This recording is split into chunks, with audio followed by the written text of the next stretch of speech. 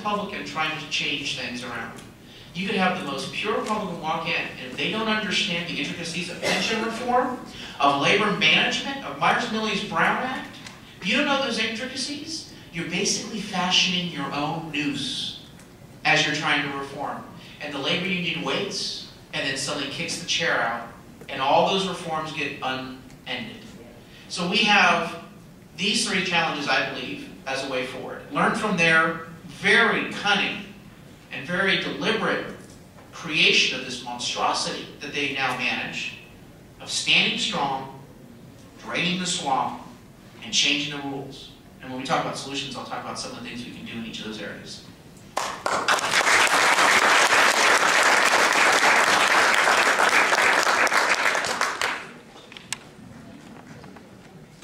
Well, you know, when they talk about taking on the bullies, and this is one of the problems I've seen, Republicans will say, well, they understand about the purple-shirted goons, SEIU, on that side, and yell and scream no matter what. They're always angry, you know.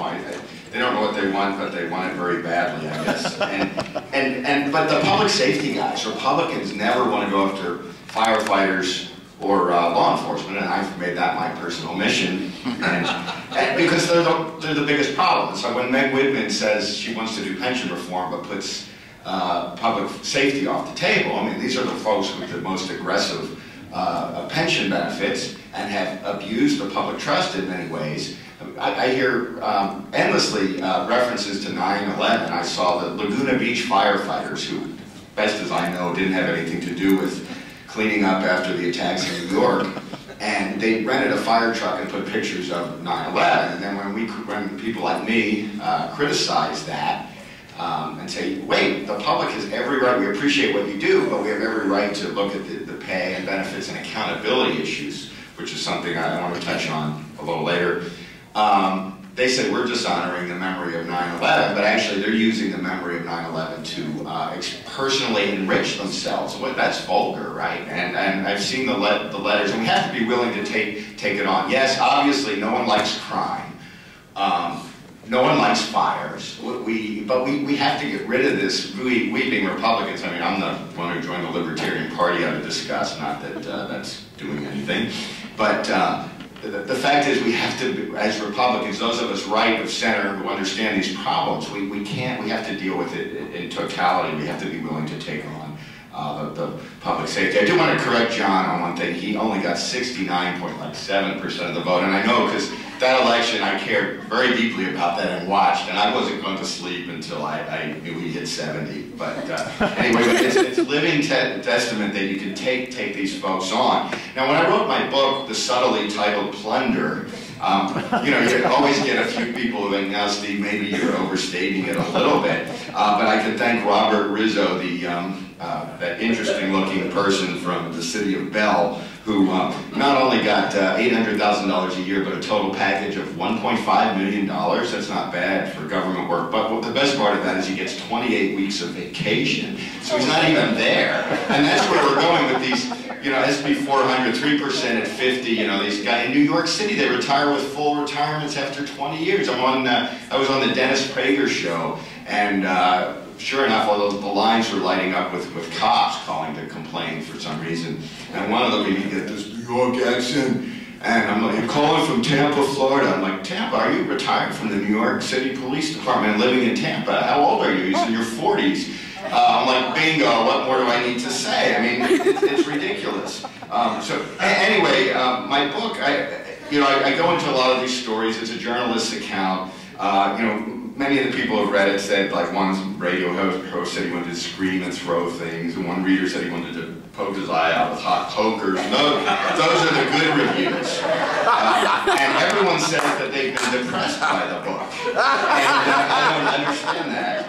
But John has, when I was at the Register, you know, John used to instruct me to be more positive and to try to come up with solutions, and other people have too. So this is a positive talk I'm giving today. Yes, there's debt, massive plundering, degraded public services, and the creation of an arrogant government elite. But there's some good news.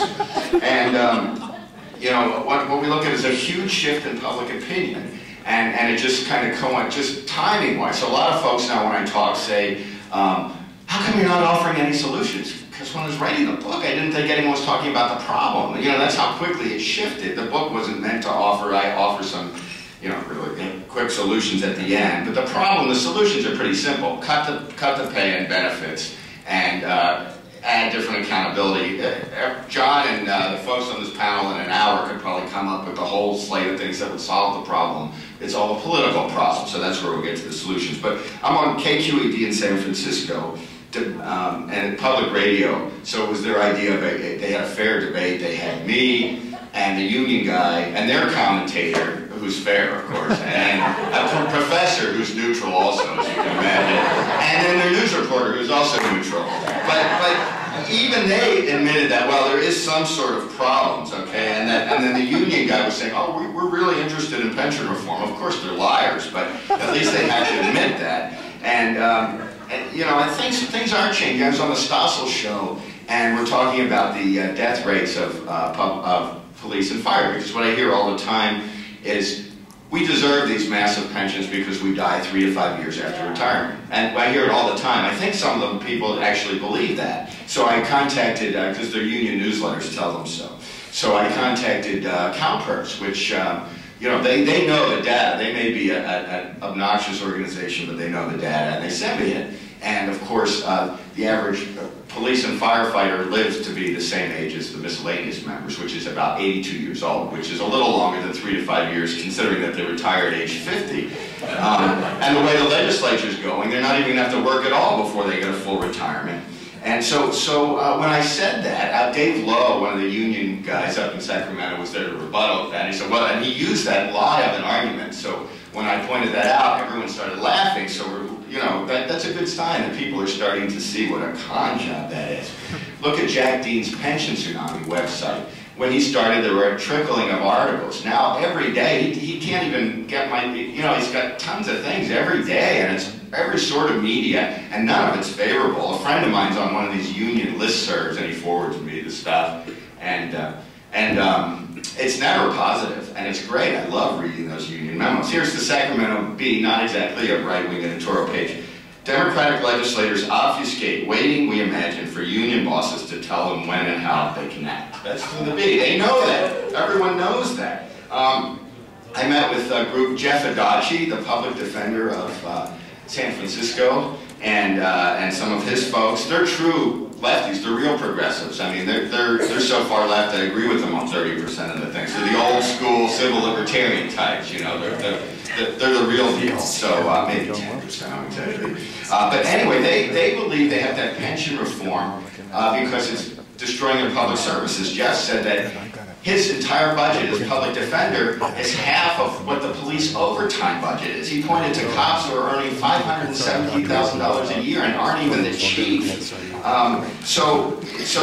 This is a blue state. We have to work with people on the left on these issues. The few of them that are not completely wholly owned union subsidiaries. We know that Willie Brown, who helped create the problem, is now talking, like he's getting a couple talking points out of my book. Bill Lockyer's mentioned the unsustainability of the pensions. Ron Sealing, chief actuary of CalPERS, said these are unsustainable. Of course, the Bell situation reminds everybody. So that's the good news. You know, it's like, I don't know, it's the good news that the Titanic hit the iceberg. At least people are recognized that the ship's sinking, so that's good news. And then there have been some, you know, there have been some folks like Carl and John who've gotten elected.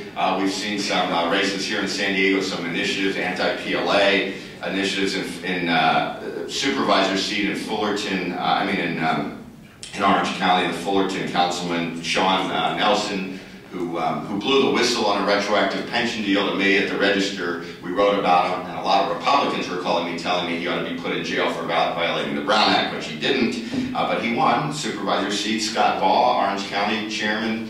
The Ball Manifesto, you take union money, and we're not going to endorse you. That's good stuff. That takes, I don't know, can I say balls? And that's what it takes. And whenever I see people like John or Carl or Sean go right down the middle, take it right down the middle at these union guys, they back off. You know, I haven't gotten much of a kickback from these union guys on my book, and as you might have noticed, it's not real subtle, and I'm not